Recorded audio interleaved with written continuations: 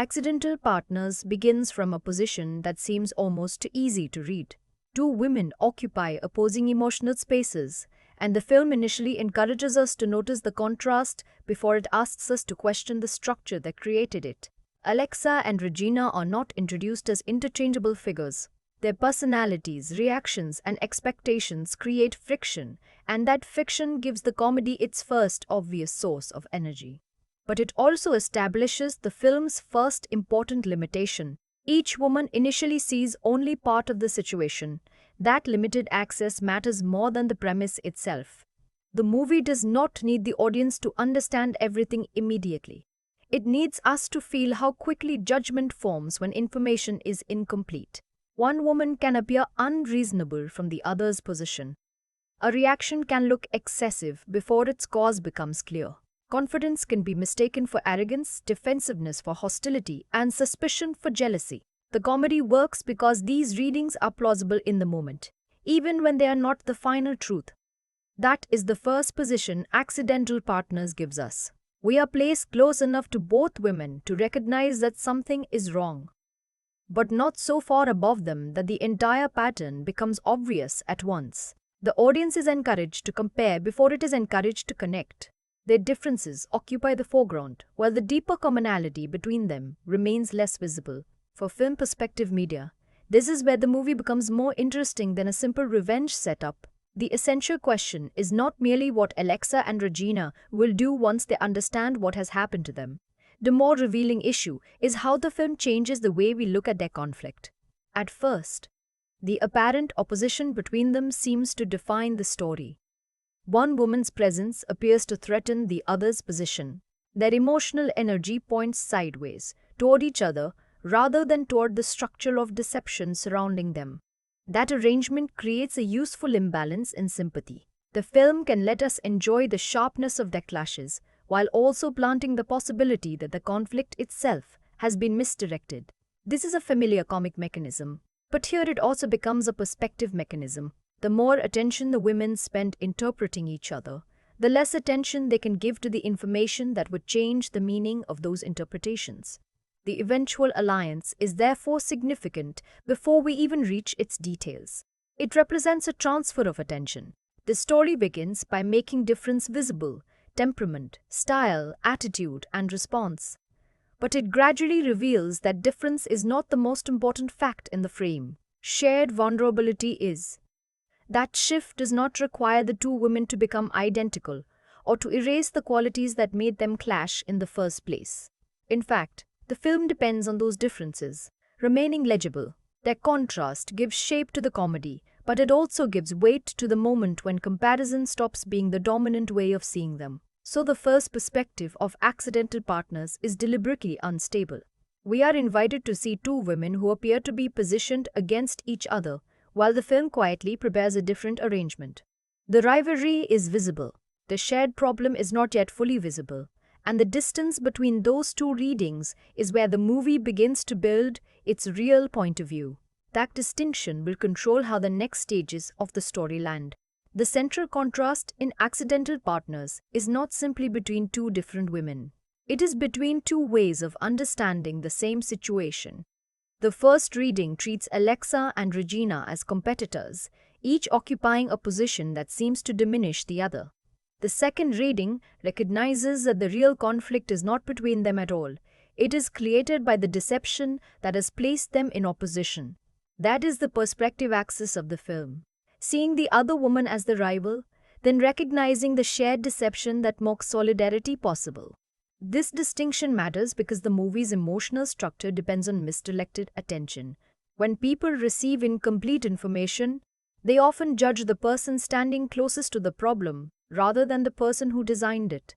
Accidental Partners turns that tendency into comedy, but it also uses it to control sympathy. Alexa and Regina initially read each other through the consequences of someone else's choices. Each woman becomes evidence in the other woman's crisis. That is why their differences are so important early on. Personality contrast makes rivalry easier to believe. If two characters respond differently, communicate differently, and occupy different emotional rhythms, the audience can quickly understand why they might distrust each other. The film does not have to manufacture conflict from nowhere. It lets incompatible impressions do the work. But the deeper movement of the story depends on refusing to leave those impressions untouched. The perspective thesis is that accidental partners initially allows romantic betrayal to divide Alexa and Regina to opposing personalities and suspicion, then gradually redirects the audience's emotional investment toward the relationship they construct together. In that process, revenge becomes less important as an isolated objective and more important as the mechanism through which both women recover agency. This is a useful distinction because revenge comedies can easily become mechanically satisfying without becoming emotionally interesting. A character is wronged, a plan forms, obstacles appear, and the audience waits for the person responsible to receive consequences. That structure can provide momentum, but it does not automatically create perspective. Here, the more meaningful change happens when Alexa and Regina stop functioning primarily as obstacles in each other's understanding. Once that shift begins, their differences no longer mean the same thing. A trait that originally seems irritating can become useful. A defensive reaction can be reinterpreted as self-protection. Confidence can stop looking like competition and start looking like a resource. Even disagreement changes function. It no longer proves that the women belong on opposite sides. It becomes part of the negotiation required to work together. This is where the film's audience position becomes more stable and more complicated at the same time. We are no longer encouraged simply to choose which woman is right. Instead, we begin to see why each woman's early judgment was limited. That does not mean every reaction becomes justified. Perspective is not the same as excuse. Understanding why a character sees another person incorrectly does not require the audience to approve of every consequence of that misunderstanding. What changes is the context around the judgment. And that change is important because it prevents the alliance from feeling like a simple plot convenience. If Alexa and Regina were merely told the truth and instantly became perfectly compatible, the film would lose much of the tension that gives their partnership meaning. Their connection matters precisely because difference remains present after rivalry begins to weaken. The movie is not arguing that women become allies only when they discover they are secretly alike. It is more interested in what happens when two people who are genuinely different gain access to the information that allows those differences to stop functioning as weapons. The audience moves with that process. At first, we are positioned to notice contrast. Then we are given enough context to question the value of that contrast. Finally, the relationship becomes more important than the comparison that originally defined it. That progression also changes the function of the man at the center of the deception. In the beginning, his actions organize the conflict, even when he is not the emotional focus of every moment. His choices determine what Alexa and Regina believe about each other. But as the women gain shared knowledge, his control over the meaning of the situation starts to weaken. The story's authority begins to move away from him. This is the real significance of the partnership. It is not only that two wronged people cooperate, it is that cooperation changes who gets to define what the betrayal means. Instead of remaining characters trapped inside someone else's deception, Alexa and Regina gradually become the people interpreting it, responding to it, and deciding what comes next. The film's comic energy remains tied to their contrasting personalities, but its emotional direction increasingly depends on their ability to see past the roles they were initially assigned. And once that axis becomes clear, the next question is not simply whether they can work together. It is whose experience the film chooses to center while they learn how. Before Accidental Partners can fully redirect its audience from rivalry toward alliance, it has to establish who appears to control the situation. That control is not simply a matter of who speaks more or who enters first. It comes from whose assumptions seem stable, whose reactions are treated as understandable, and whose presence defines the emotional terms of a scene. Early in the film, Alexa and Regina do not occupy equal positions because neither woman initially possesses the complete context. Each sees the other through a structure created somewhere else. That means the apparent ownership of the frame is unstable from the beginning. A character may look confident while actually operating with bad information. Another may appear disruptive while reacting to a reality she has only just begun to understand. The film uses this instability to make social and emotional power feel temporary. Whoever seems most certain in a given moment can appear to possess authority. Certainty makes a character look organized. It allows one interpretation to dominate before another interpretation has had time to form. But accidental partners repeatedly benefits from the difference between looking certain and actually knowing more. That distinction is central to Alexa and Regina. Neither woman begins as a neutral observer. Each arrives with assumptions shaped by her own position, and those assumptions determine what she notices first. When the other woman enters that field of attention, she is not immediately understood as a complete person. She is understood as a problem. This is where the film's framing of their relationship becomes especially useful.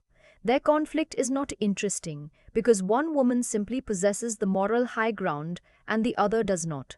It is interesting because both are temporarily positioned inside an interpretation that benefits the deception surrounding them.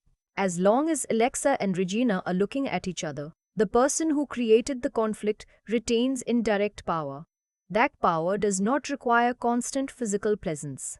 In fact, it becomes more revealing when the consequences of deception continue to organize scenes even when the source of that deception is not dominating the image. The women carry the conflict into their own encounters. Suspicion becomes self-sustaining. This is why the early emotional frame can feel divided. The audience is encouraged to compare reactions, styles, and levels of control. One woman's composure can make the other look more volatile. One person's sharper response can temporarily draw sympathy away from the other. The balance keeps shifting because each character is being judged through partial information. But the movie gradually weakens that arrangement by allowing the women to occupy more shared dramatic space. Once they begin confronting the same problem, rather than simply confronting each other, the frame stops working primarily as a contest. Physical proximity changes meaning. Being in the same space is no longer just an opportunity for collision. It becomes evidence that the story is transferring authority. The most important ownership shift is therefore not visual dominance in the narrow sense. It is interpretive dominance. At the beginning, Alexa and Regina react inside a story someone else has effectively written for them. Their choices are shaped by misinformation. Their judgments are responses to roles they did not consciously choose.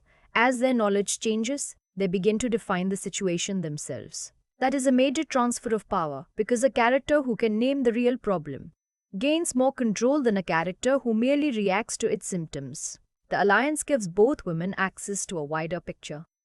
They can compare experiences rather than treating one another as competing versions of reality. The contrast between them remains, and that is important. Accidental partners does not need to flatten their personalities in order to create unity. Their distinctiveness gives the shared frame more energy. Instead of one woman absorbing the other's identity, the film can let difference become functional. One may approach a problem with more immediacy, while the other brings a different kind of restraint. One reaction can expose what the other overlooks. Their disagreement becomes productive because it happens inside a shared understanding rather than inside manufactured opposition. This also changes the audience's position. Early on, the viewer can be invited to evaluate each woman separately. Who seems more reasonable? Who appears more sympathetic? Who is overreacting? Those judgments are easy to make when characters are treated as isolated units. The partnership makes that mode of viewing less adequate. Once shared information connects their experiences, evaluating them separately begins to miss the point. Their relationship becomes the organizing center. What matters is no longer only what Alexa believes or what Regina believes, but what becomes visible when those beliefs are placed beside each other. This is how accidental partners gradually redistributes narrative authority. It moves from a structure in which the women are defined by the deception to one in which they begin defining its meaning. That movement is crucial because it turns their shared screen space into more than comic chemistry. It becomes the place where fragmented knowledge is assembled. The character who once looked like an intrusion can become a source of confirmation. The person who seemed to threaten another woman's position can instead reveal that both positions were being manipulated. So the question of who owns the frame is never answered by choosing Alexa over Regina or Regina over Alexa. The deeper answer is that the film becomes more emotionally coherent when neither woman owns it alone. Their partnership begins to claim the story precisely when they stop accepting the limited roles that first made them appear incompatible. From that point forward, the most important power in the movie is increasingly shared. The power to compare information, revise judgment, and understand that the conflict they were given is not necessarily the conflict they have to keep. Accidental Partners becomes more interesting once it stops treating information as something the for now audience simply receives and starts treating it as something that changes relationships. The film's comic premise depends on incomplete knowledge, but the deeper perspective work comes from the order in which that knowledge becomes usable. At the beginning, Alexa and Regina do not merely lack facts. They lack the context that would allow those facts to mean the right thing. That difference is important. A character can know that another woman exists and still misunderstand what her existence means. She can see behavior accurately while assigning the wrong motive to it. She can recognize a contradiction without yet knowing where the contradiction comes from. In this sense, Accidental Partners builds tension less through absolute secrecy than through misinterpretation. The audience is placed close to that instability. We understand enough to recognize that the situation is moving toward confrontation, but the film does not initially ask us to stand completely outside the women's confusion. Instead, it lets their assumptions shape the emotional temperature. This keeps the comedy attached to character perspective rather than turning the story into a puzzle in which viewers simply wait for everyone on screen to catch up. The distinction between audience knowledge and character knowledge therefore becomes crucial. When viewers suspect that something is wrong before Alexa or Regina can fully articulate it, the film creates a small gap. That gap produces anticipation. We begin watching reactions, not only for what they express, but for what they have not yet understood. A glance can carry one meaning for the character and another for the audience. A defensive response can appear unnecessary until later information supplies the missing context. A confident interpretation can become fragile because the viewer senses that it rests on incomplete evidence. This is where the film's information control supports its central perspective thesis. The early rivalry works only if each woman can temporarily believe a version of events in which the other woman is part of the threat. If they possessed complete information immediately, much of the conflict would disappear before the relationship had a chance to change. So the delay is structural. But the film cannot delay understanding forever without making the characters seem artificially passive. Eventually, information has to stop functioning as a weapon against them and start functioning as a resource they can share.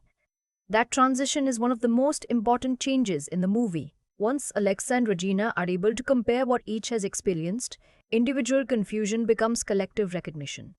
A detail that seemed isolated acquires a pattern. An inconsistency that could be dismissed when experienced by one person becomes harder to ignore when another person confirms something similar. The audience's position changes with them. We are no longer simply watching two interpretations compete. We are watching fragments combine. That movement creates a different kind of satisfaction from a conventional reveal. The pleasure does not come only from discovering a hidden fact. It comes from seeing the meaning of earlier information reorganized. This is why recontextualization matters more than surprise. A strong perspective shift does not merely tell us something new. It changes the value of something we already saw. Accidental Partners uses that principle in the relationship between Alexa and Regina. Earlier hostility becomes evidence of how effectively incomplete information separated them. Earlier certainty becomes evidence of how narrow their access was. Earlier judgments become less stable because the audience now understands the conditions under which those judgments were formed.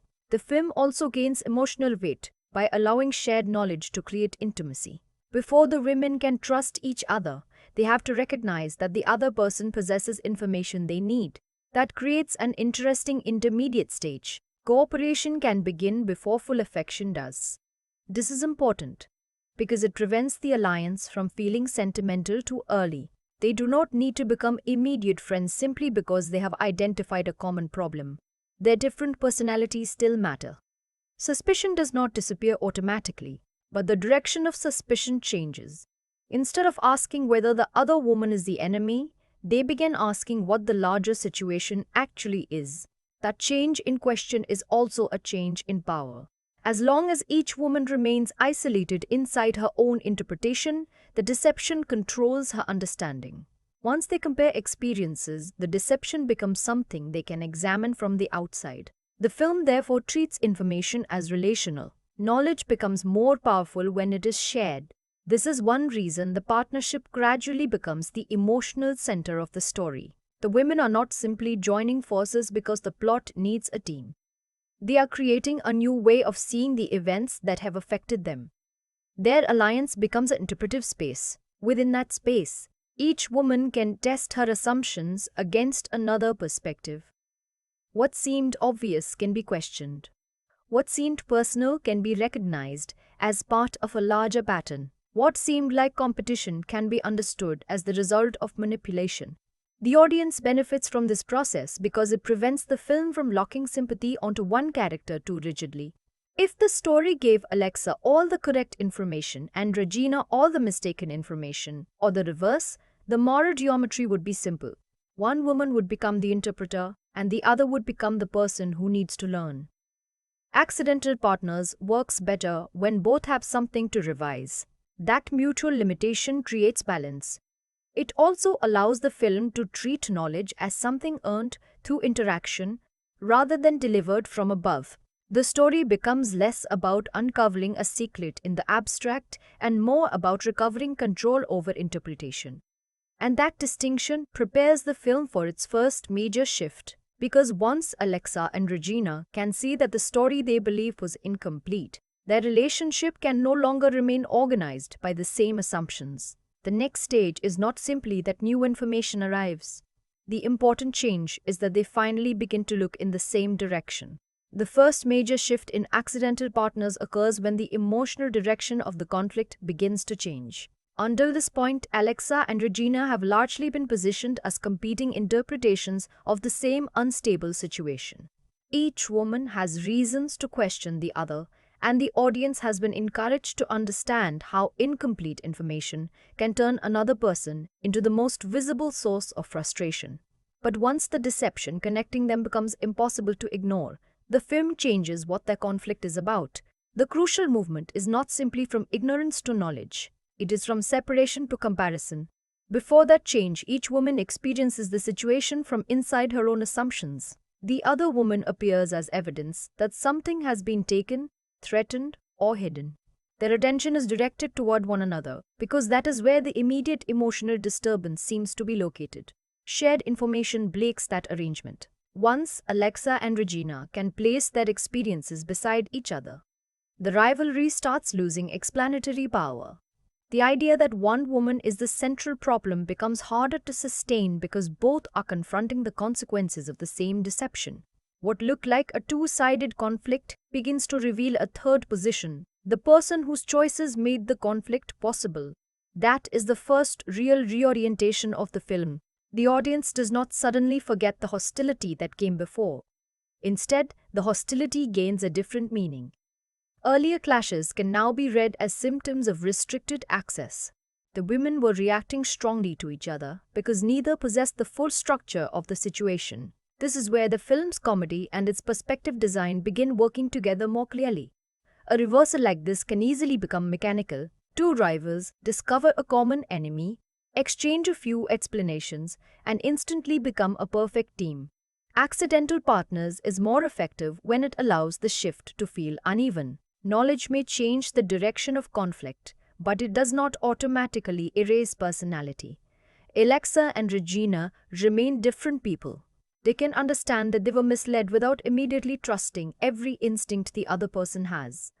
That distinction gives the alliance texture. Cooperation emerges not because tension disappears, but because the meaning of that tension changes. Their disagreements are no longer primarily evidence that they belong on opposing sides. They become negotiations inside a partnership. That is a significant adjustment in audience alignment. Earlier, viewers could be encouraged to evaluate which woman was handling the situation better. After the shift, that kind of comparison becomes less useful. What begins to matter is how their contrasting approaches interact. A strength in one character can compensate for a weakness in the other. A reaction one woman dismisses can reveal something the other has noticed. Differences that previously intensified suspicion can now expand the pair's combined understanding.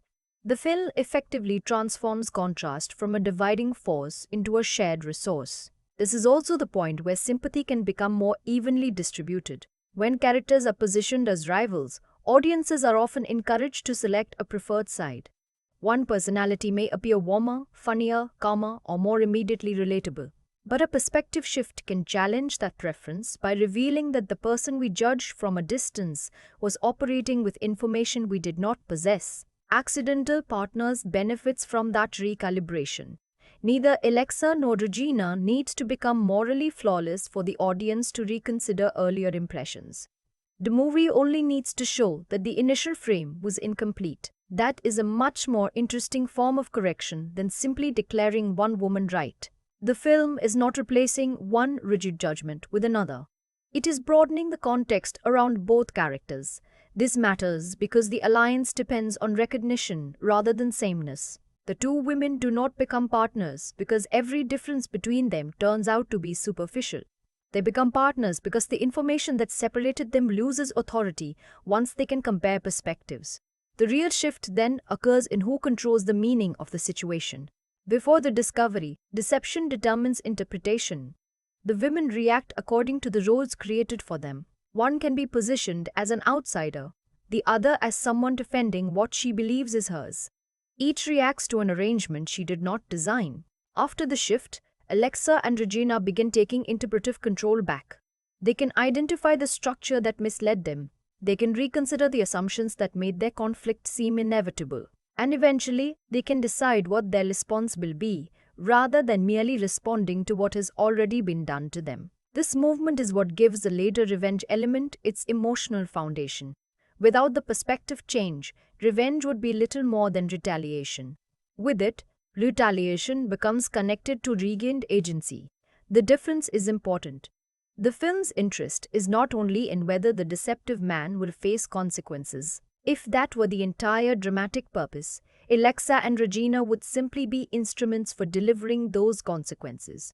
Instead, their partnership increasingly becomes the point. The plan they construct together matters, because cooperation proves that the original conflict no longer owns them. The person who benefited from separation begins losing control once the women can communicate outside the limits of that separation. This is also where earlier scenes become more revealing in retrospect. Moments of jealousy, defensiveness, anger, or competition can now be understood as products of a distorted informational environment. The emotions were real, but the target was wrong. That distinction allows accidental partners to avoid saying that the women should never have felt hurt. Their pain does not become foolish simply because their interpretation changes. What changes is where responsibility belongs. The film therefore uses its first major shift to redirect judgment rather than cancel emotion. Alexa and Regina can remain angry. They can remain embarrassed, frustrated, or distrustful, but those feelings are no longer required to keep them divided. This creates a new emotional position for the audience as well. We stop waiting for one woman to defeat the other. We begin watching to see whether they can transform the knowledge they now share into a relationship that neither expected. That is the first true reframe of Accidental Partners. The person who appeared to stand in the way can become the person who confirms the truth. The rival can become the witness who understands the situation from the inside. And once that recognition becomes possible, the movie can begin exploring a more difficult question. Even after the women understand what connects them, how close will the film actually allow us to get to who they are? Once Alexa and Regina begin to occupy the same side of the conflict, Accidental Partners faces a harder challenge than simply keeping the plot moving. It has to decide how much of each woman the audience is actually allowed to know. That question matters because partnership does not automatically create intimacy. Two characters can share information, share a goal, and even share screen time while still remaining emotionally distant from each other. The film therefore has to work through smaller signals, reactions, pauses, defensiveness, moments of restraint, and the difference between what a character says publicly and what her behavior suggests privately. This is where Alexa and Regina become more than opposing comic personalities. Their contrast initially creates friction because each woman reads the other from the outside. A confident gesture can look dismissive. A sharp response can look unnecessarily abrasive. Silence can look like judgment. But once the alliance begins, those same behaviors can be reconsidered. What changes is not necessarily the behavior itself. What changes is access to its context. The audience starts to understand that both women have emotional positions they protect. Their personalities do not function only as comic surfaces, they also create distance. A character who seems highly controlled may be using that control to avoid revealing vulnerability. A character who reacts more openly may appear easier to read, but emotional visibility does not mean complete transparency. Both can still withhold. That withholding is useful because it keeps the friendship from becoming instantly uncomplicated. Accidente partners works best when the women do not suddenly explain themselves perfectly to each other. Real trust has to emerge gradually, especially after both have experienced deception. The film can therefore use small reactions to show where trust is forming before either character needs to announce it. A moment of hesitation before answering can show that someone is still deciding how much to reveal. A look exchanged after an uncomfortable discovery can create more alignment than a long explanation. A restrained reaction can tell us that one woman has begun considering the other's feelings before acting on her own impulse. These details matter because they reduce the distance between the characters without eliminating individuality. The audience is also brought closer through recognition rather than confession. We may not know everything Alexa thinks, and we may not know everything Regina thinks, but we can observe the point at which each starts adjusting her behavior in response to the other. That adjustment is one of the clearest signs that the relationship is becoming real.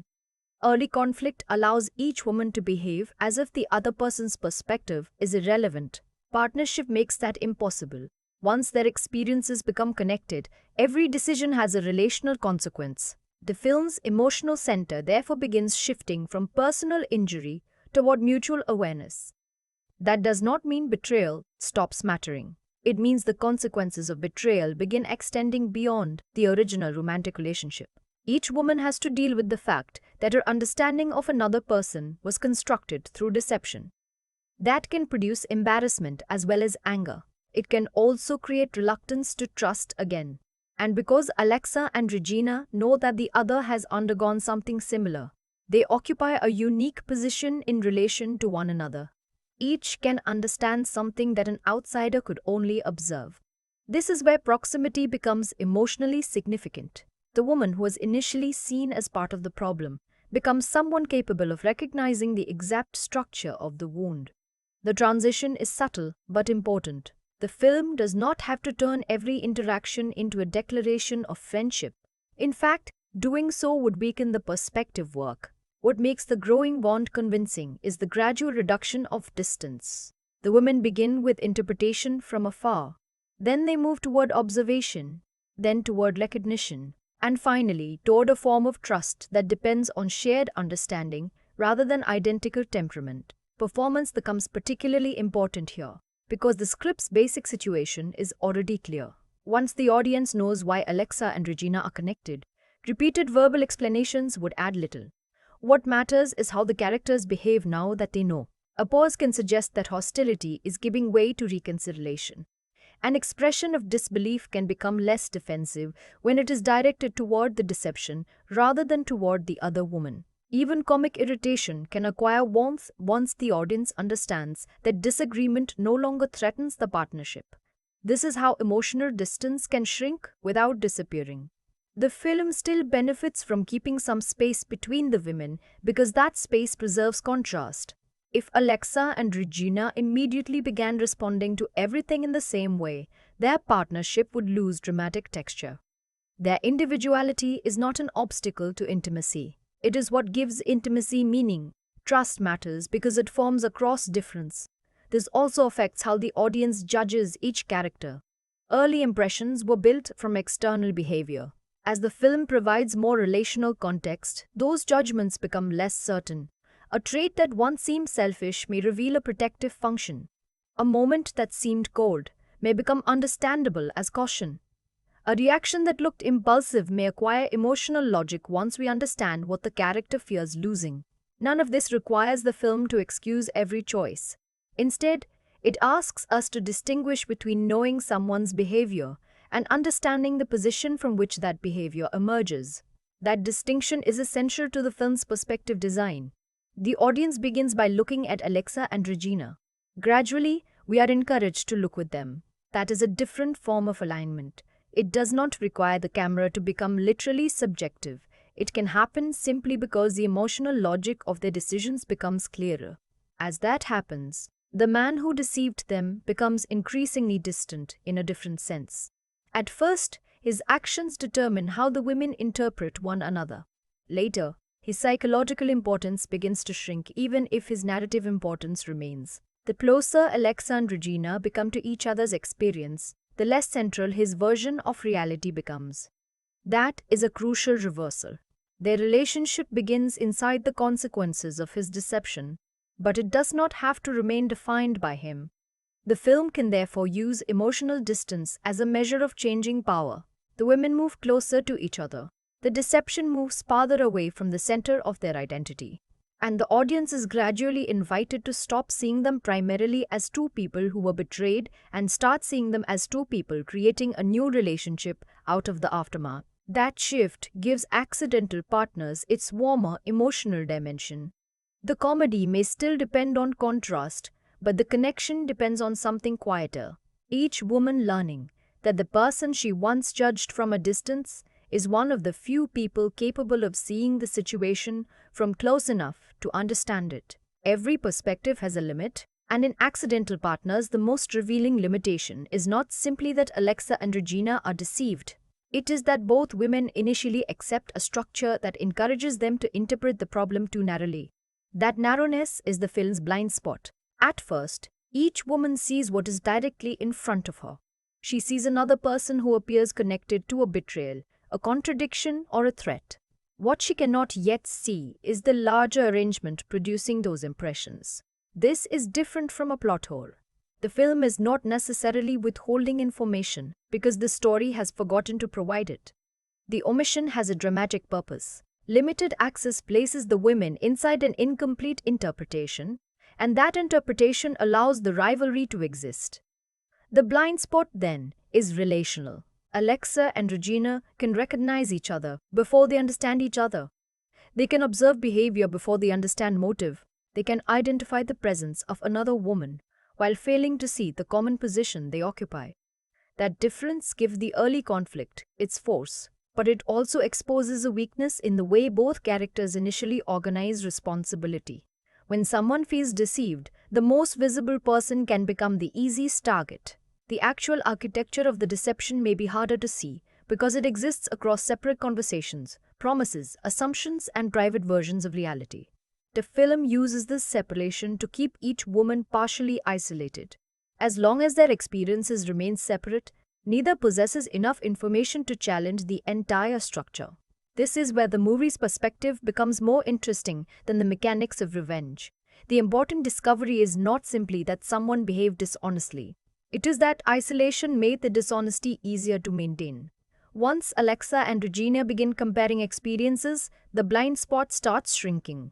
What one woman could dismiss as a misunderstanding becomes more difficult to dismiss when the other offers another piece of the same pattern. Shared perspective becomes corrective, but the blind spot does not disappear completely. Even after the women understand the central deception, they can still remain focused on the person who hurt them in a way that risks limiting the meaning of their partnership. This is an important tension. A revenge plan can create agency, but it can also keep the person being targeted emotionally central. If every decision Alexa and Regina make continues to revolve around him, then their apparent liberation remains partially dependent on his importance. The film therefore has to balance two movements. The women need to respond to what happened, but they also need to become more than the response. This is where the friendship dimension matters most. If their bond exists only because they share an enemy, then the relationship remains fragile. Remove the enemy and the partnership loses its foundation. If, however, the women begin discovering value in each other that exceeds the original betrayal, then the story has genuinely reframed their position. That possibility is what allows the movie to move beyond a narrow revenge fantasy. The blind spot gradually shifts from, "we do not understand what happened," to a more difficult question, "are we still allowing what happened to determine who we become?" That second limitation is more subtle. It concerns identity rather than information. Alexa and Regina can regain control while still remaining emotionally organized around the injury. The film's stronger moments are the ones that suggest their relationship can create something independent of that injury. This is also where the audience has to revise its expectations. A viewer entering a comedy built around betrayal and retaliation may naturally wait for the mechanics of payback. But Accidental Partners increasingly asks us to watch something else. We begin watching for the point at which cooperation stops being tactical. The difference is small but meaningful. A tactical alliance asks, "What can this person help me accomplish?" A genuine bond asks, "What can I now see because this person is here?" That is the more important transformation. Regina can make aspects of Alexa's position visible that Alexa could not recognize alone. Alexa can do the same for Regina. Each becomes a corrective to the other's blind spot. This does not require either woman to become perfectly self-aware. In fact, the relationship would be less convincing if understanding arrived without resistance. People often hold on to interpretations because those interpretations protect pride, certainty, or emotional control. The film can use disagreement to reveal those defenses. When one woman challenges the other, the moment is no longer automatically hostile. It can become evidence that the partnership is strong enough to tolerate correction. That is a major shift from the beginning. Earlier, being contradicted threatens the relationship. Later, contradiction can strengthen it. The blind spot therefore becomes the place where friendship does its most important work. Neither woman is merely someone who confirms the other's anger. Each can become someone who expands the other's perspective. That gives the partnership substance. It also prepares the film for the next stage of its argument, because once Alexa and Regina understand more than they did before, knowledge itself becomes a form of power. The question is no longer only what they fail to see. It becomes who now has the authority to define what the situation means. Power in Accidental Partners is not limited to who has money, status, confidence, or control over the immediate situation. The more important form of power is interpretive. It belongs to the person who can shape what others believe is happening. At the beginning, Alexa and Regina are vulnerable to that kind of power because they do not possess the same information. Each woman sees only the version of events available from her own position. That creates an imbalance. The person managing the deception benefits from separation because separation prevents comparison. As long as Alexa and Regina remain isolated, contradictory stories can continue to exist beside each other. The film's central partnership begins to change that. Once the women communicate directly, the informational imbalance weakens. They are no longer dependent on a single account of reality. Each person becomes an independent source against which the other can test what she has been told. That is a significant transfer of authority. Power shifts away from the person who controlled access and toward the people who can now compare evidence. This explains why their alliance matters beyond revenge. Cooperation changes the structure that made deception possible. At first, each woman is largely reacting. She interprets what she sees, protects her own position, and makes judgments using the information available to her. That is a defensive form of agency. After the shift, Alexa and Regina become more capable of choosing how they want to respond. The difference between reaction and response is important. Reaction is shaped by someone else's move. Response introduces intention. As the women gain shared knowledge, they begin to create rather than merely receive the terms of the conflict. Their partnership becomes the place where decisions are made. That change also affects how the audience experiences them. Earlier, confidence might have looked like power. The character who seemed calmer or more certain could appear to have the stronger position. But once we understand how incomplete the situation is, certainty loses some of its authority. A person can speak confidently and still be wrong. A person can appear emotionally unsettled and still be closer to the truth. Accidental Partners uses that difference to destabilize easy judgments. This is one reason the contrast between Alexa and Regina remains useful after they become allies. They do not have to exercise power in the same way. One may be more direct, the other may be more cautious. One may prefer confrontation while the other sees value in restraint. Those differences can create friction, but they also prevent the partnership from becoming emotionally flat. Power inside the alliance therefore has to be negotiated. If one woman simply became the leader and the other became the follower, the relationship would reproduce another imbalance. The film is stronger when authority moves between them, depending on what each understands, notices, or can contribute. That movement creates a more equal partnership. It also changes whose account is accepted. Earlier, the women could doubt each other because they lacked a shared framework. Later, trust begins to alter the hierarchy of credibility. A warning from the other woman carries more weight.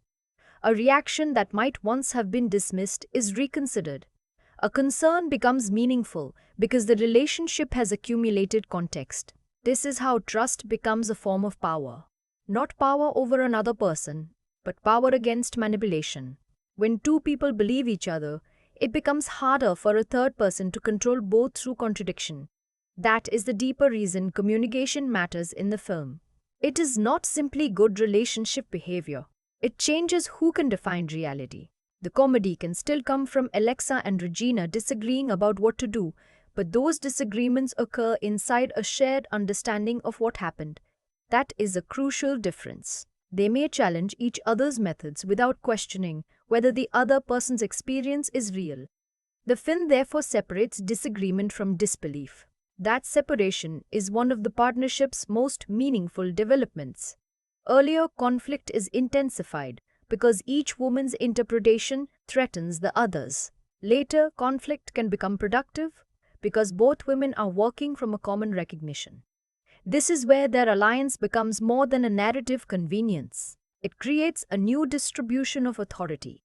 The person who once controlled information loses some of that control.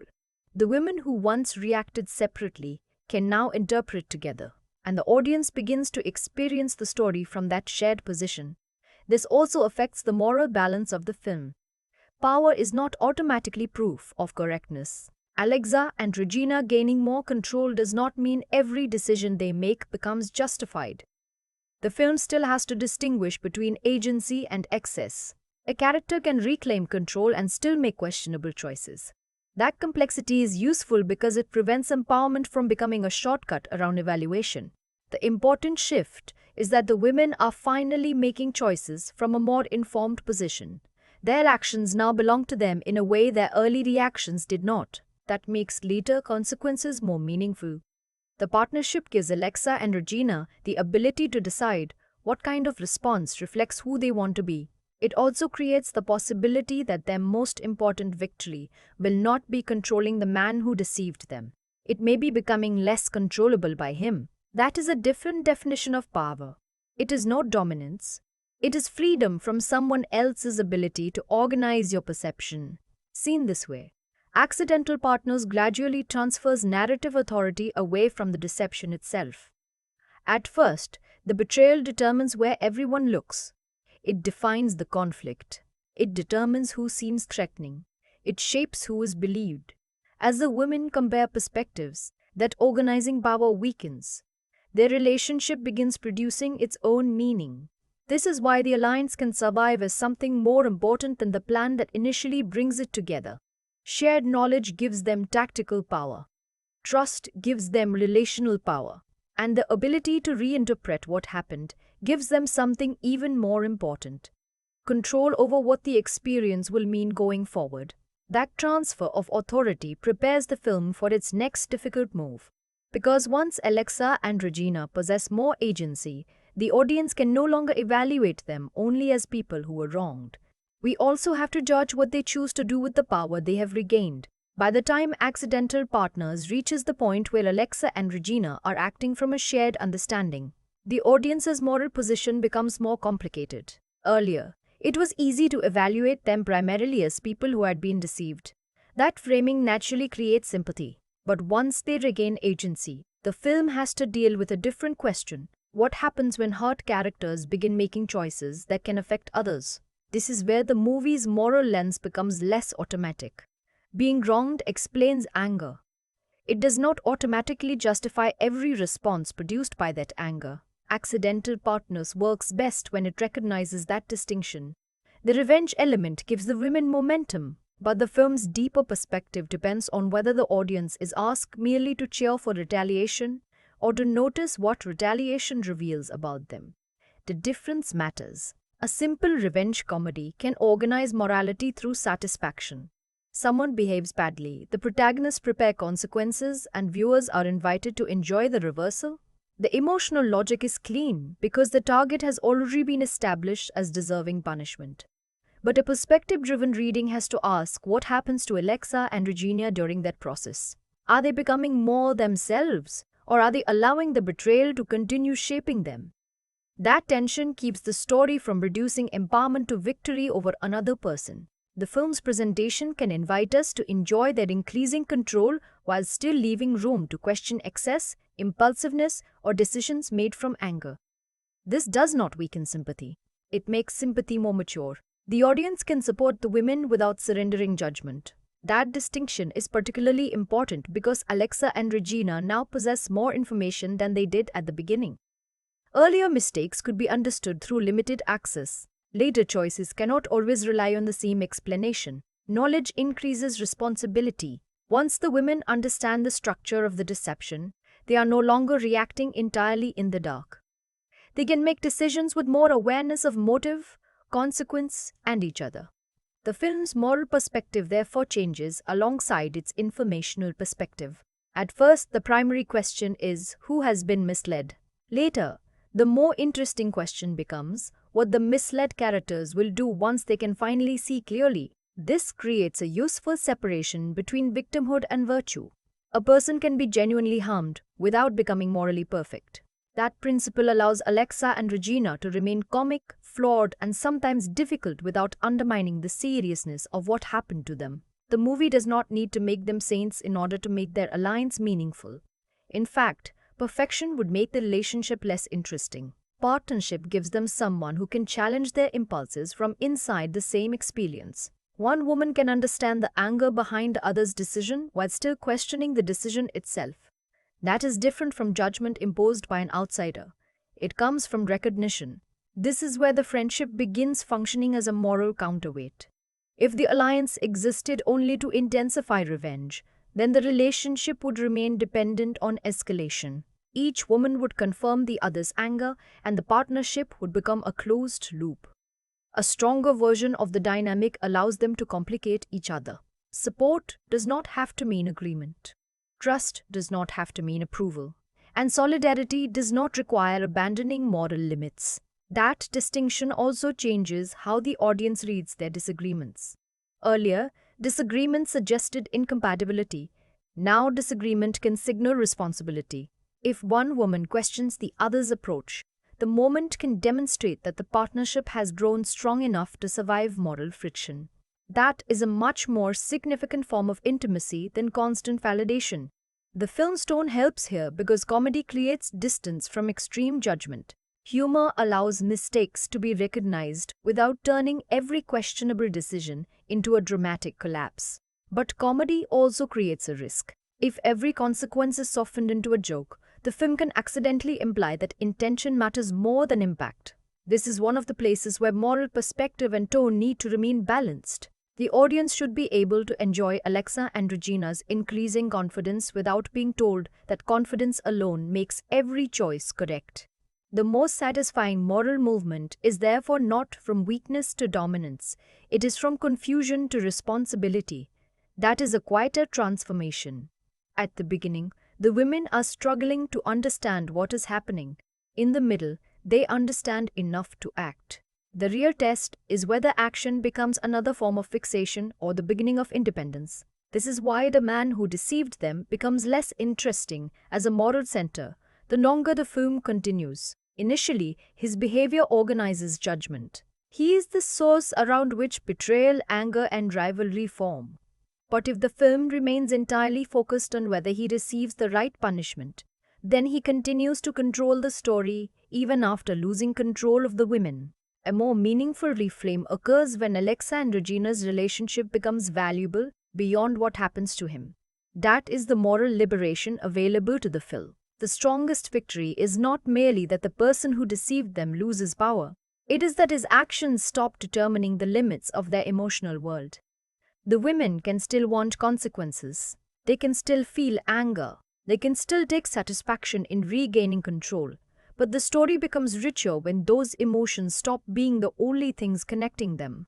This is where the moral lens begins to align with the perspective axis. Alexa and Regina initially misread each other because deception places them in competition. Later, they understand that shared truth makes cooperation possible. The final moral step is recognizing that cooperation creates obligations too. Once they become partners, they are responsible not only for what they do to the person who hurt them, but for what they become to each other. That reframes the entire emotional equation. The other woman is no longer someone to defeat. She is no longer merely someone useful to a plan. She becomes someone whose perspective matters when deciding what comes next. And that is why the moral center of Accidental Partners ultimately works better when it rests in the relationship rather than in revenge. Retaliation may generate momentum, but mutual recognition gives the film meaning. The audience is therefore invited to move from a simple judgment these women were wrong to a more complicated one. They have regained the power to choose, and those choices now reveal whether the experience will keep defining them or whether they can define themselves beyond it. Accidental Partners makes its perspective readable before it makes it complicated. Its clearest formal strategy is contrast. Alexa is presented as a polished public relations professional, while Regina is defined through fitness, independence, and a deliberately more rebellious personal style.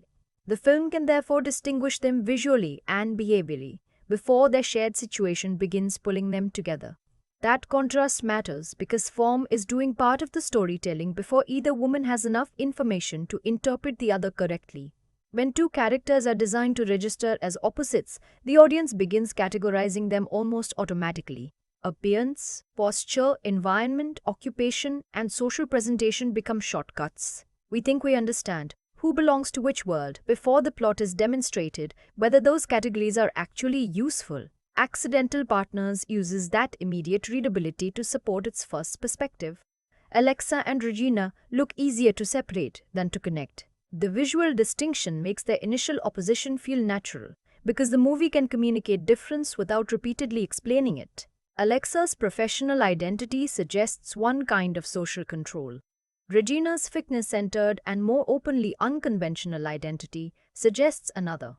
Neither presentation has to be morally superior. Their purpose is to make distance visible. Then the story begins changing the function of that distance. As the women discover that the man they know has been presenting himself through different identities and versions of himself, the film introduces a second kind of contrast. Alexa and Regina may look radically different, but the supposed distinction in their romantic realities turns out to be constructed by the same person.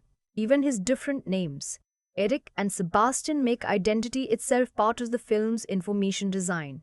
That creates an effective formal irony. The two women appear different, but increasingly share a reality. The man connecting them appears to fit separately into each reality.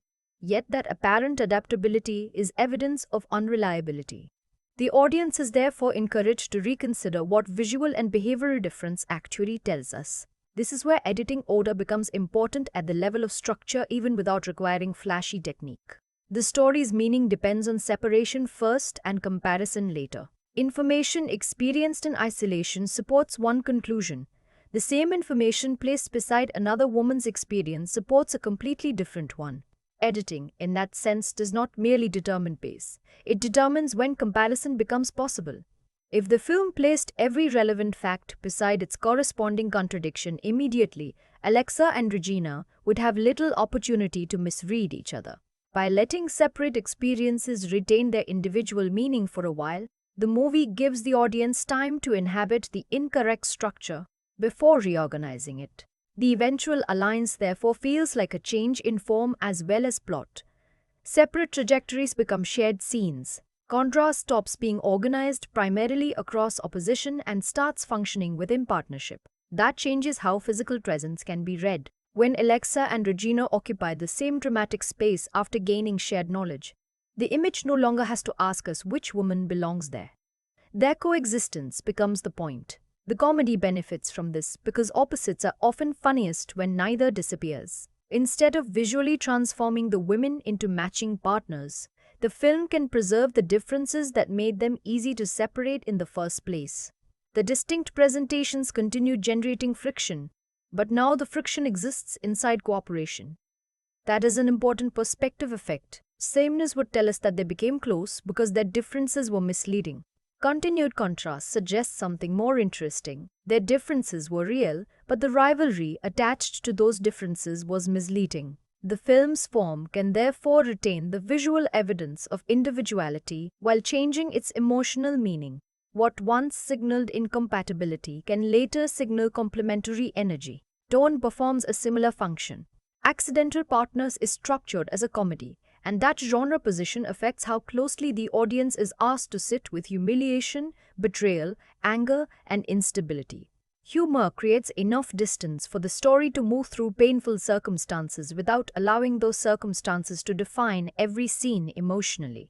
Contemporary coverage of the film similarly describes it as a comedy built around entanglements, chaos, and the growing complicity between the women.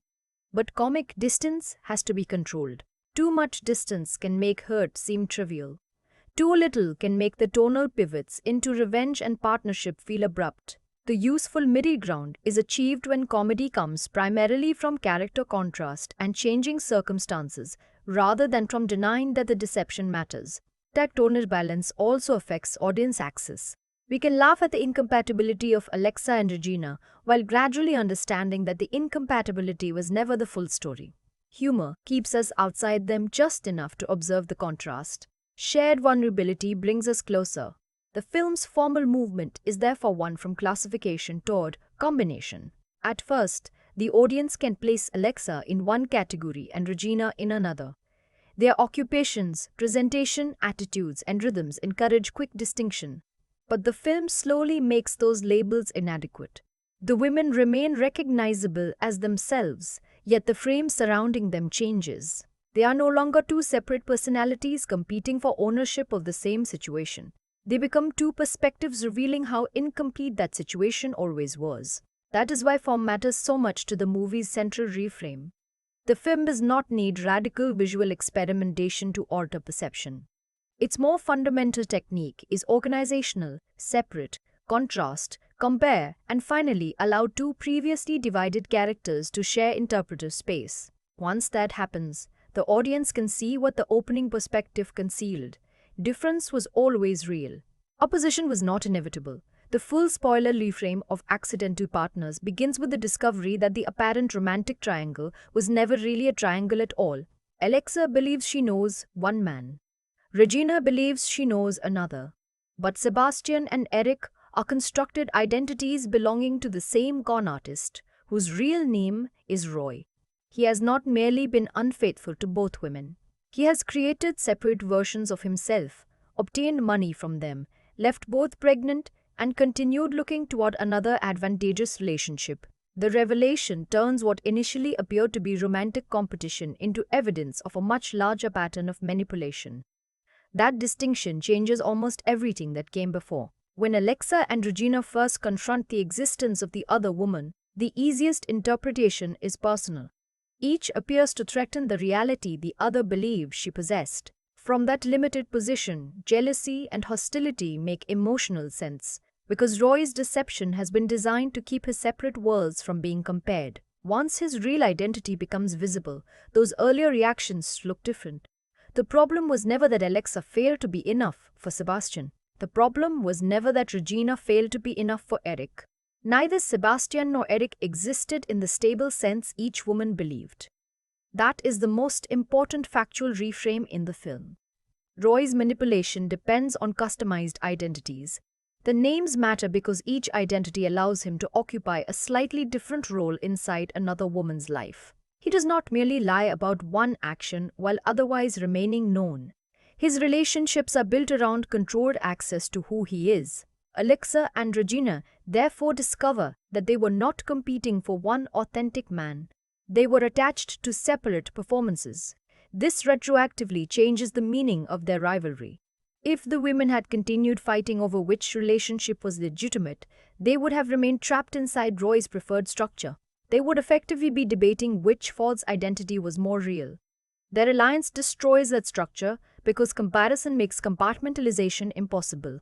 The moment information begins moving directly between them, Roy loses one of his greatest advantages.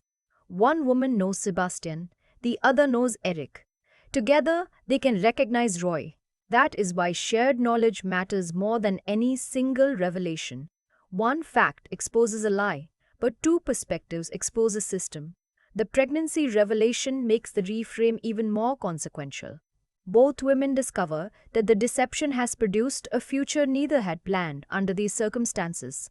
Public accounts of the film emphasize that both are pregnant when Roy abandons them, making the betrayal something that cannot simply be filed away as an embarrassing romantic mistake. This is where the comedy's apparently light structure carries a more serious implication. Roy can disappear from the relationship. Alexa and Regina cannot simply disappear from the consequences. That imbalance changes how we understand power. Earlier, Roy seemed powerful because he knew more. He controlled separate identities, different stories, and the flow of information. But his deeper advantage was mobility. He could move between constructed lives while the women were asked to absorb what those constructions left behind. The partnership changes that arrangement because Alexa and Regina stop carrying the consequences separately. That alliance does not erase what happened. It changes who has to face it alone. This is the emotional reframe beneath the revenge plot. The film initially appears to be building toward the satisfaction of exposing a dishonest man.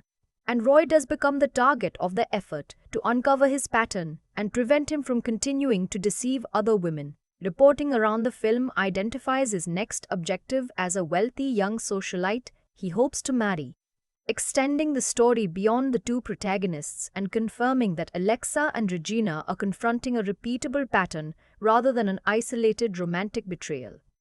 That wider pattern is crucial. If Roy had deceived only Alexa and Regina because of a uniquely confused emotional situation, the story could remain centered on personal jealousy. Once he is understood as someone who deliberately builds false identities around multiple women, jealousy becomes inadequate as an explanation. The women's earlier competition is reclassified. It was useful to him. That is the darker implication behind the comedy. Two people who might otherwise have compared experiences are easier to manipulate when they are encouraged to distrust one another. Their eventual partnership therefore accomplishes more than giving them additional strength. It interrupts the mechanism that kept them weak. This is why the investigation into Roy matters even when its comic execution is exaggerated. Alexa and Regina begin following his pattern not simply to learn another secret, but to reverse the direction of observation. Earlier, Roy understands more about their lives than they understand about his. Now they begin looking at him from outside the identities he constructed. The observer becomes observed. The person who controlled interpretation becomes the object of interpretation. And because the audience has spent so much of the film learning alongside Alexa and Regina, our own position changes too. At the beginning, Roy can be understood to whatever version of him appears credible within the women's separate relationships. By the later stages, the audience sees those identities as performances. That recognition makes earlier romantic confidence appear fragile in retrospect. What looked like intimacy was partly information management. What looked like knowledge of another person was selective access. What looked like two separate relationships was a single pattern viewed from opposite sides. This is the film's strongest reframe because it does not depend on the idea that Alexa and Regina were foolish. The more meaningful point is that perspective can be manipulated when people do not know what they are missing. Each woman possesses genuine experiences. The error lies in the conclusion built from incomplete context. That distinction also protects the protagonists from becoming mere punchlines in their own story. They were deceived, but the film does not have to define them permanently through the deception. Their ability to compare, reinterpret, and eventually act together becomes evidence that their perspective is no longer controlled in the same way. And then Accidental Partners makes its most significant final adjustment.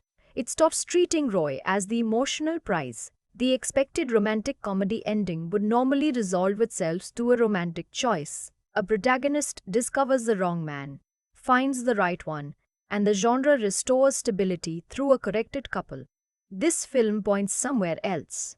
Bárbara de Regil described the ending's emphasis explicitly around friendship, while discussions surrounding the release repeatedly flamed the film's final idea as the possibility that a happy ending does not have to be another man. That changes the meaning of the title. Alexa and Regina become partners by accident because Roy's deception forces their lives into contact. But remaining emotionally connected is not an accident, that is a choice. This distinction gives the final friendship more weight than the revenge itself. Roy creates the encounter, but he does not get to own its ultimate meaning. He intends separation. His actions produce comparison. He benefits from rivalry. The women construct solidarity. He uses different identities to prevent his worlds from touching. Alexa and Regina transform that collision into a relationship that outlasts the usefulness of the lie. Seen this way, the ending answers the perspective axis established at the beginning. The first position sees the other woman as the rival. The final position sees the other woman as the person who can understand what happened without explanation from the outside. Alexa and Regina do not need to become identical for that reframe to work. Their contrasting personalities remain essential because the friendship gains value from surviving the differences that once made cooperation seem unlikely. Alexa's more controlled, socially polished identity and Regina's directness do not dissolve into a generic shared personality. Public descriptions of the characters repeatedly emphasize precisely this opposition. Alexa as a sophisticated public relations professional and Regina as an intense, direct trainer. The final reframe therefore does not say that their early impressions were completely false. They really are different. What was false was the assumption that difference required opposition. That is a much stronger conclusion. A weaker version of this story would reveal that both women are secretly alike and therefore destined to become friends. Accidental partners has a more useful possibility available. Two people can remain visibly unlike each other while discovering that the categories used to separate them were never morally important. The shared experience does not erase individuality. It changes the significance assigned to individuality. This is also why the pregnancies matter thematically beyond functioning as an escalation of Roy's deception. Both women are confronted with a future that complicates the conventional fantasy of romantic completion. The man around whom their expectations were built cannot provide the stability those expectations assumed. The story therefore has to imagine another form of support. Friendship becomes part of that answer. Not as a consolation prize, not as what remains after romance fails, but as a relationship capable of carrying its own emotional authority. That is the final perspective shift the movie wants to leave behind. At the beginning, Alexa and Regina look toward Roy and then toward each other through him. Their understanding of one another is mediated by what he has told them, promised them, or represented to them. By the end, that mediation is no longer necessary. They can relate directly. That sounds simple, but structurally, it is the entire film. Roy's power comes from controlling the connections between people. The women defeat that power by creating a connection he cannot control. And this is why the ending does not require the audience to remain emotionally fixated on exactly how much punishment Roy receives. Consequences matter, and the story's effort to expose him matters. But punishment cannot be the final perspective, because punishment would still leave him at the center. The friendship moves the center. The film's final happy ending belongs not to the restoration of a heterosexual couple, but to the discovery that Alexa and Regina can become a source of stability, recognition, and companionship for each other. That interpretation is consistent with how the stars themselves discussed the film's message during its release. The meaningful destination is the bond between the women, not the replacement of one romantic partner with another. This is also where the title gains its warmest irony. They are Socias por Accidente, because neither chooses the circumstances of their meeting. Everything meaningful afterward depends on choice. They choose to believe information that complicates their pride. They choose to compare experiences. They choose to stop treating each other as the enemy. They choose cooperation despite incompatibility. And ultimately, they allow a relationship born from deception to become something that is not itself deceptive. That is the film's cleanest reversal. Roy creates false intimacy. Alexa and Regina develop real intimacy. Roy constructs identities to obtain something from other people. The women increasingly reveal themselves through a relationship in which being understood matters more than being strategically presented. The person who appears to connect the two halves of the movie is therefore not really the character who unifies it. Roy provides the circumstance. Alexa and Regina provide the meaning. That separation matters when reconsidering the film's opening. What initially looks like a story about two women attached to the same man ultimately becomes a story about two women discovering each other, because the man between them turns out to have no stable identity at all. The apparent center collapses, the margins become the center, and the audience is asked to recognize how thoroughly the first position misidentified what relationship would finally matter. The full spoiler reframe of Accidented Partners is therefore not simply that Sebastián and Erick are Roy, or even that his deception extends further than either woman originally realizes. Those facts reorganize the plot. The friendship reorganizes the film. The final position tells us that Alexa and Regina were never most interesting as competing romantic partners. They were two incomplete points of view that became more accurate when brought together. Once they can see the deception side by side, they also begin seeing themselves differently. The betrayal remains part of their history, but it does not have to become the definition of their future. And that is the final reversal of the perspective axis. The other woman begins as evidence that your life is falling apart. She ends as evidence that the life waiting afterward may be larger than the one you were trying to protect. Performance becomes especially important in Accidental Partners because the movie asks the audience to revise its understanding of Alexa and Regina without turning either woman into a completely different person. The relationship only works if the actresses preserve the traits that created friction in the first place while gradually changing the emotional meaning of those traits. Angelique Boyer's Alexa carries herself with a sense of control that initially creates distance. The character's professional polish makes her appear organized even when the situation underneath that composure is becoming unstable. That contrast matters because it allows the audience to see control as both a strength and a defense. A controlled performance can make uncertainty more visible by refusing to announce it. When Alexa's certainty begins to weaken, the smallest changes become meaningful. A pause can carry more weight because the character is usually composed. A reaction that escapes before she can regulate it tells us that the situation has reached somewhere her professional confidence cannot completely protect. That is how performance alters alignment. The audience does not move closer to Alexa because she suddenly explains everything she feels. We move closer because the performance allows the surface to become slightly more permeable. Bárbara de Regina operates differently. Her energy is more immediate, and that directness makes her easier to read in some moments. But greater emotional visibility does not mean simpler psychology. Regina's openness can also function as protection. Responding quickly keeps her from appearing uncertain. Physical confidence and verbal directness allow her to occupy space decisively even when the circumstances around her have become unstable. This creates a useful contrast between the two women. Alexa often appears to manage what she reveals. Regina often appears to confront what she feels. Neither approach is presented as automatically superior. Instead, the film allows their styles to expose each other's limitations. Alexa's restraint can look excessive beside Regina's immediacy. Regina's intensity can look impulsive beside Alexa's composure. Early in the story, that contrast supports suspicion because each woman reads the other's behavior without enough context. After the alliance develops, the same contrast becomes a source of understanding. This is where acting choices do much of the work. The relationship does not need constant verbal confirmation that the women are growing closer. Their increasing alignment can be communicated through reaction.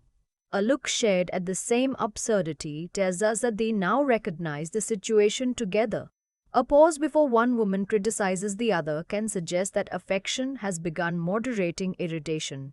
A moment in which one character allows the other to take control can show trust without requiring a declaration. These adjustments are small, but they matter because the film's perspective thesis depends on the partnership becoming more emotionally important than the rivalry.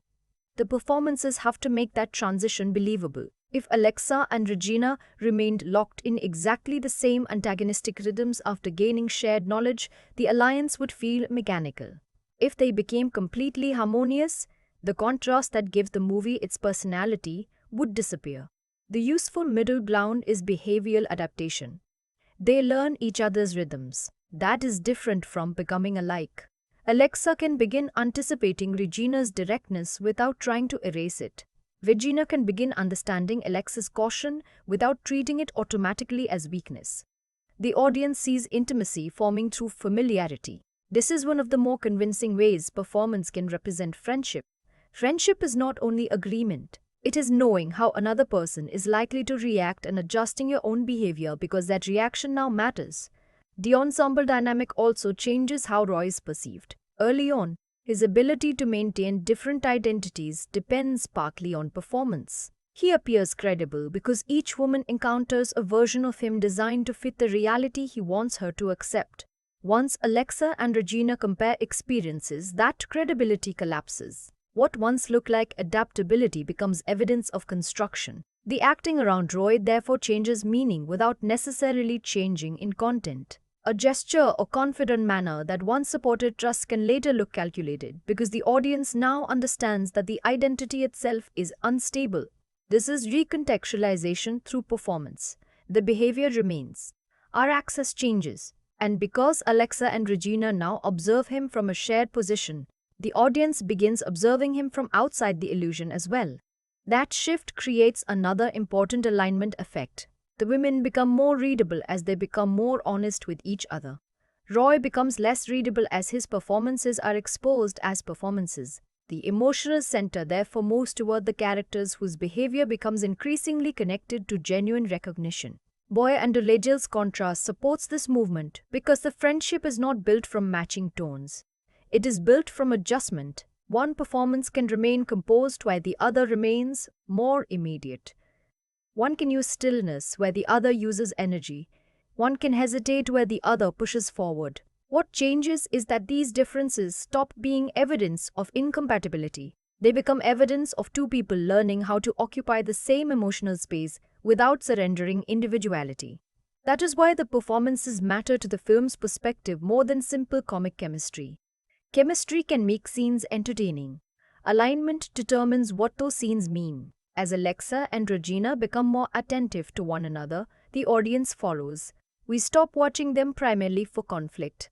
We begin watching the moments when irritation contains familiarity, when defensiveness gives way to recognition, and when the reaction of one woman becomes important because the other has learned to read it.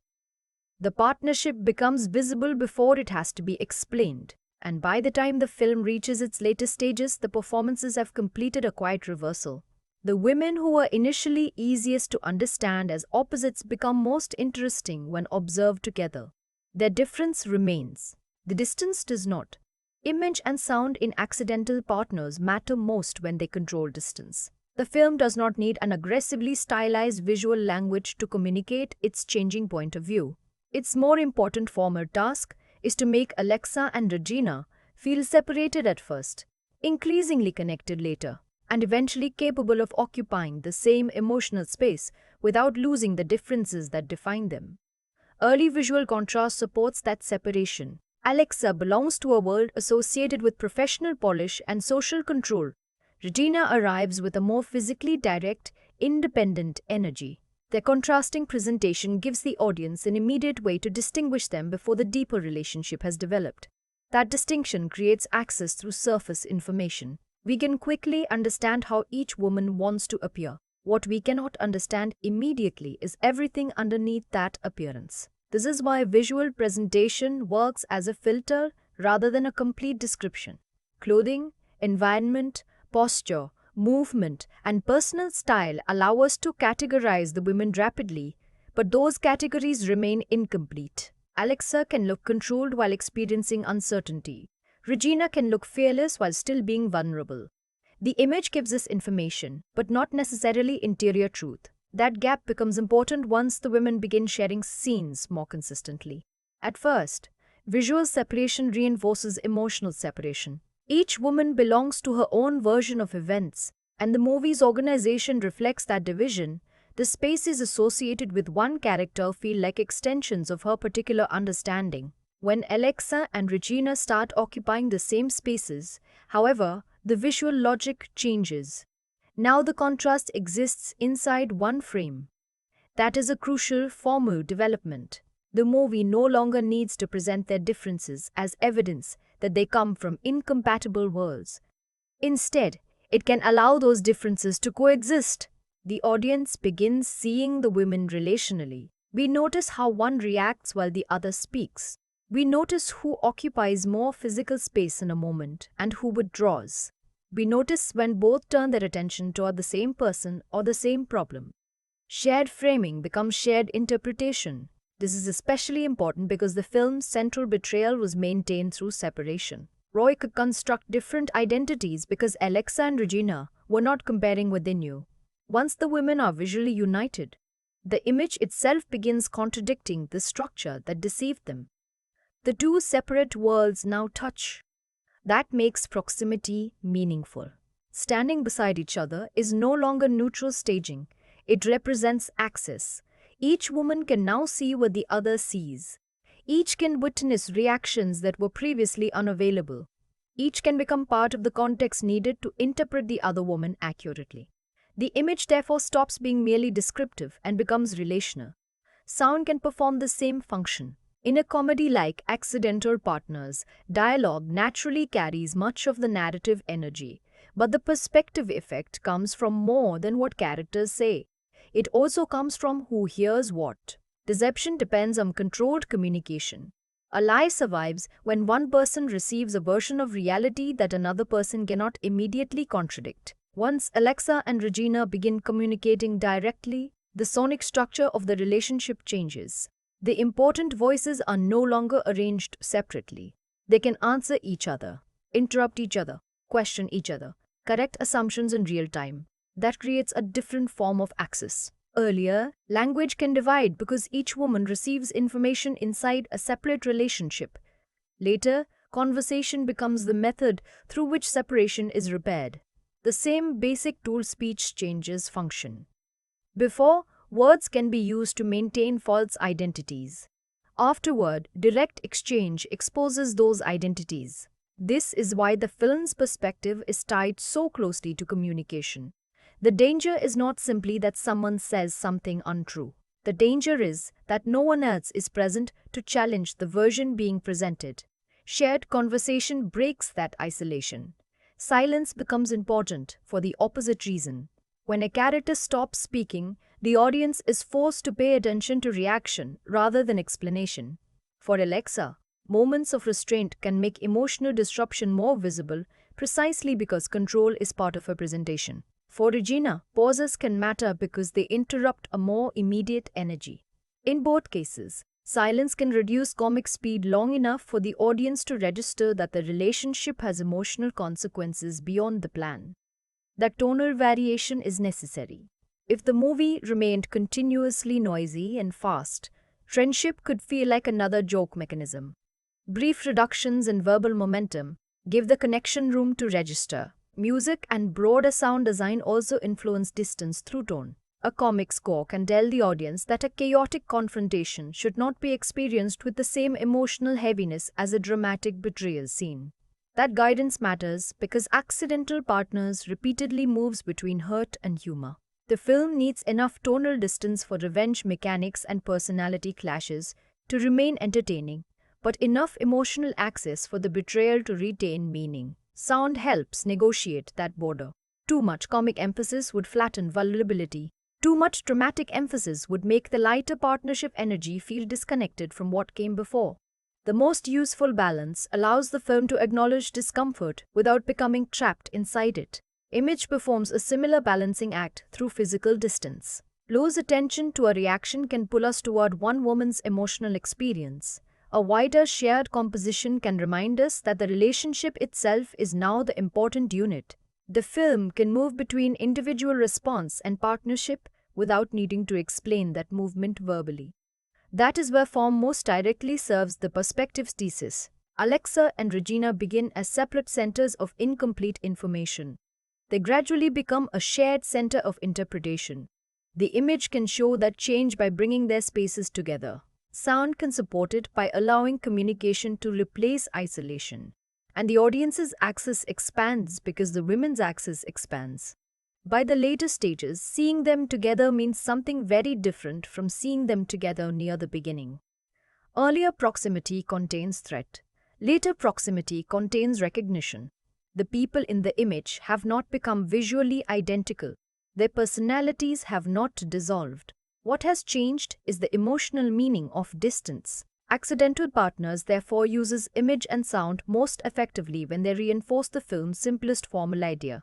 Deception separates people by controlling what they can see and hear from one another, while partnership begins when those barriers collapse. Once Alexa and Regina occupy the same informational space, the movie itself becomes easier to read.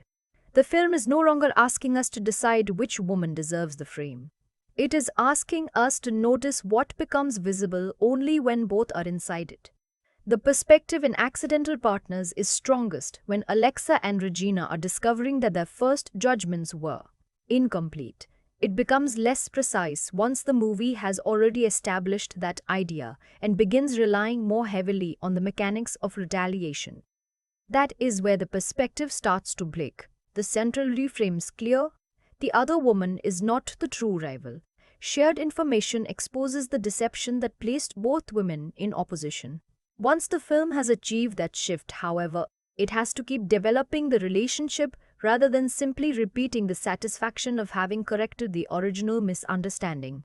At times, the revenge structure threatens to become more dominant than the perspective structure. This creates a problem because the film's most interesting subject is not Roy himself. It is what Alexa and Regina learn by comparing the realities he kept separate. The more attention the story gives to outmaneuvering him, the greater the risk that he becomes central again.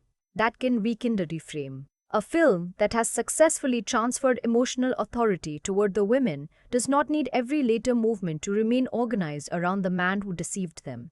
The partnership becomes more meaningful when it begins generating its own reasons to exist.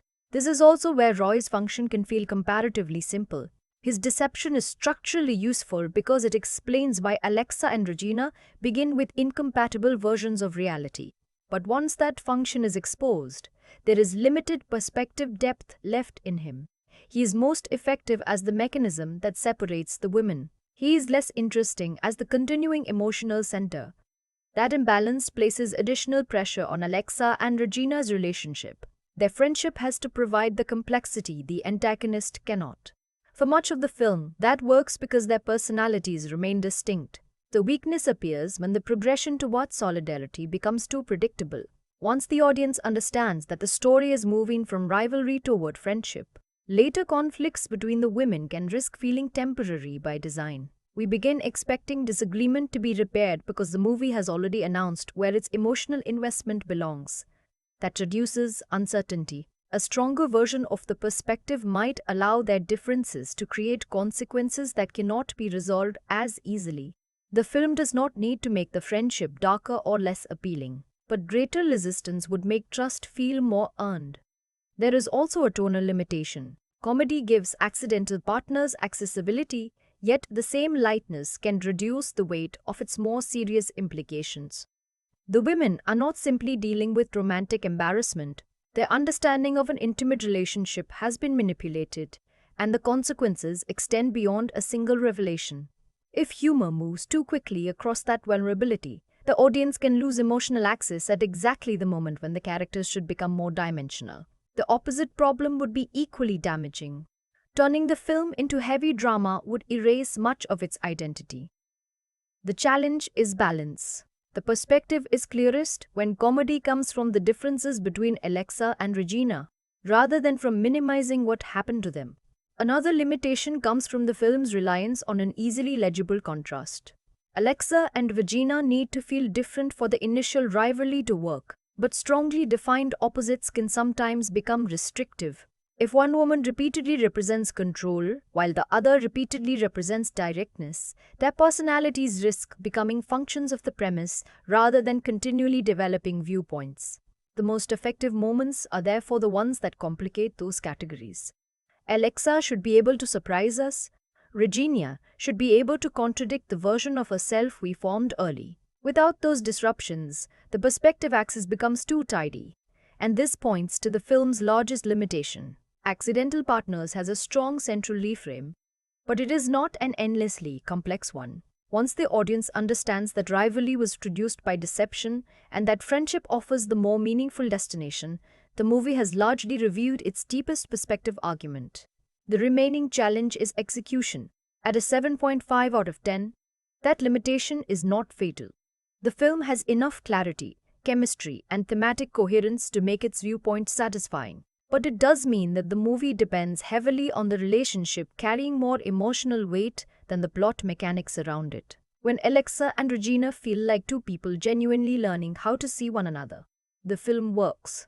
When they feel mainly like partners executing the next stage of a revenge structure, the perspective narrows. That is where Accidental Partners occasionally loses some of the richness promised by its central idea. Its best insight is not that two women can defeat the man who deceived them. It is that they can stop allowing his deception to determine how they see each other. Whenever the film remembers that distinction, its perspective holds. Whenever the mechanics become more important than that relationship, the flame becomes noticeably thinner. What remains after Accidental Partners has exhausted the deception, the retaliation, and the comic friction is not the man who created the conflict. It is the relationship that survived the truth. That is the film's final perspective. Alexa and Regina begin by reading each other through a structure neither of them designed. Their differences make that misreading easier.